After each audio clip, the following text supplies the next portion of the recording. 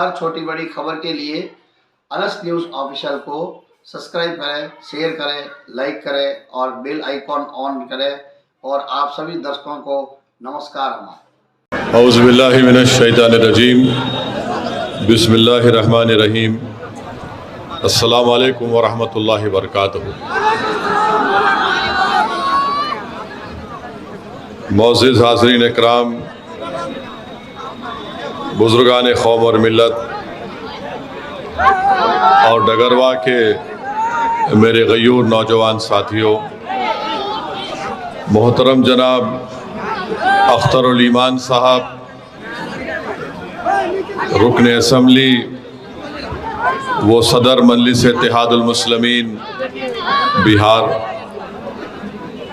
General secretary मजलिस इत्तेहादुल मुस्लिमीन मोहतरम जनाब engineer Aftab साहब, जनाब आदिल साहब, यूथ सदर मजलिस इत्तेहादुल मुस्लिमीन मौलाना तनवीर साहब, एहसान साहब, सरफराज साहब, रईस साहब,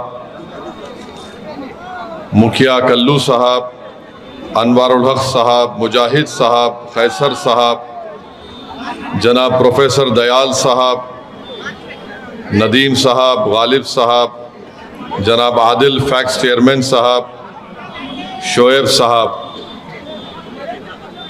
अजीज़ान मिल्लत, अभी आपने मोहतरम अख्तरुल ईमान साहब की बसीरत अफरोज़ मुख्तसर से ख़िताब को सुना।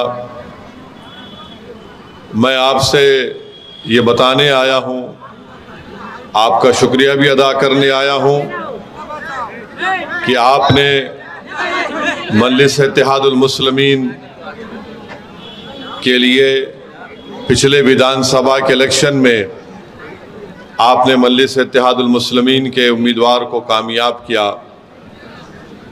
मगर मैं आपको ये बताने भी आया हूँ कि जिनको अल्लाह सुब्हानहू व तआला ने आपके ज़रिए से कामयाब किया, जिनको कहीं पर किसी पार्टी टिकट देने के लिए तैयार नहीं थी, मजलिस ने उनको अपना उम्मीदवार बनाया।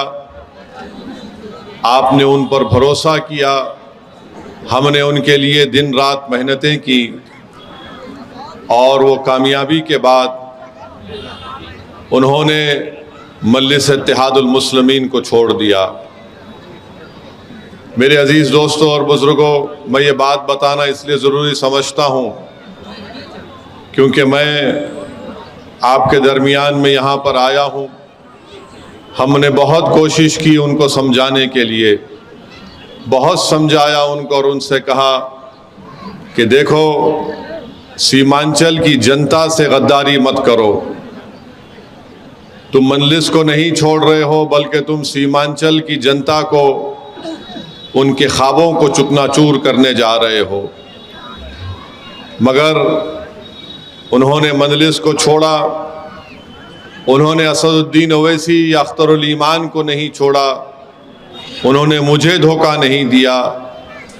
इन चारों बेईमानों ने सीमांचल की गयूर अवाम की पीठ में खंजर घोंपा है।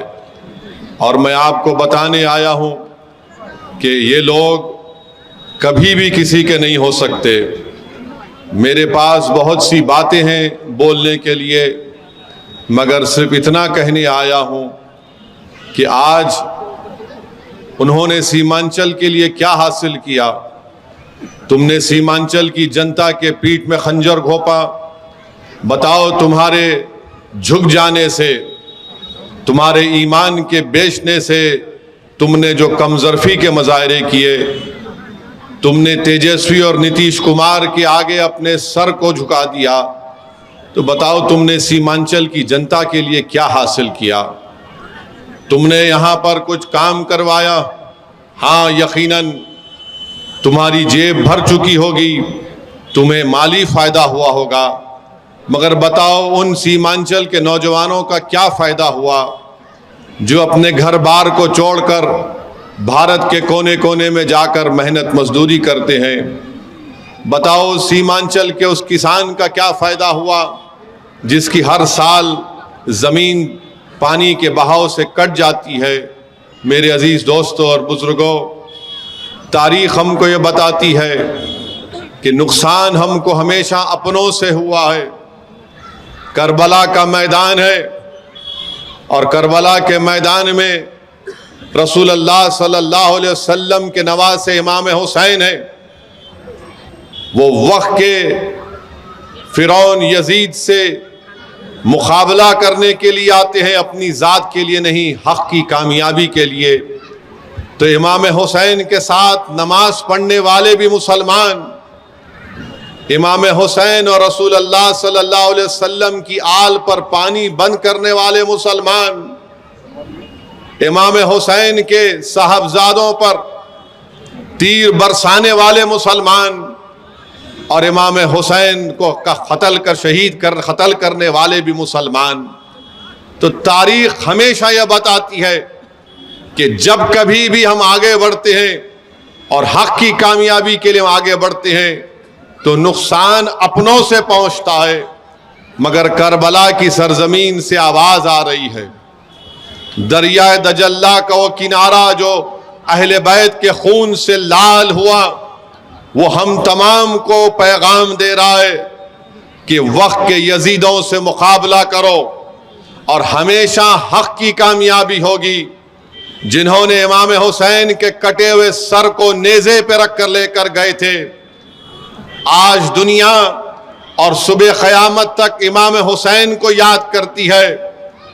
कोई बाप अपने बेटे का नाम यजीद नहीं रखता, हर बाप सुबह क़यामत तक अपनी औलाद का नाम हुसैन रखेगा। अब्बास अलंबरदार के नाम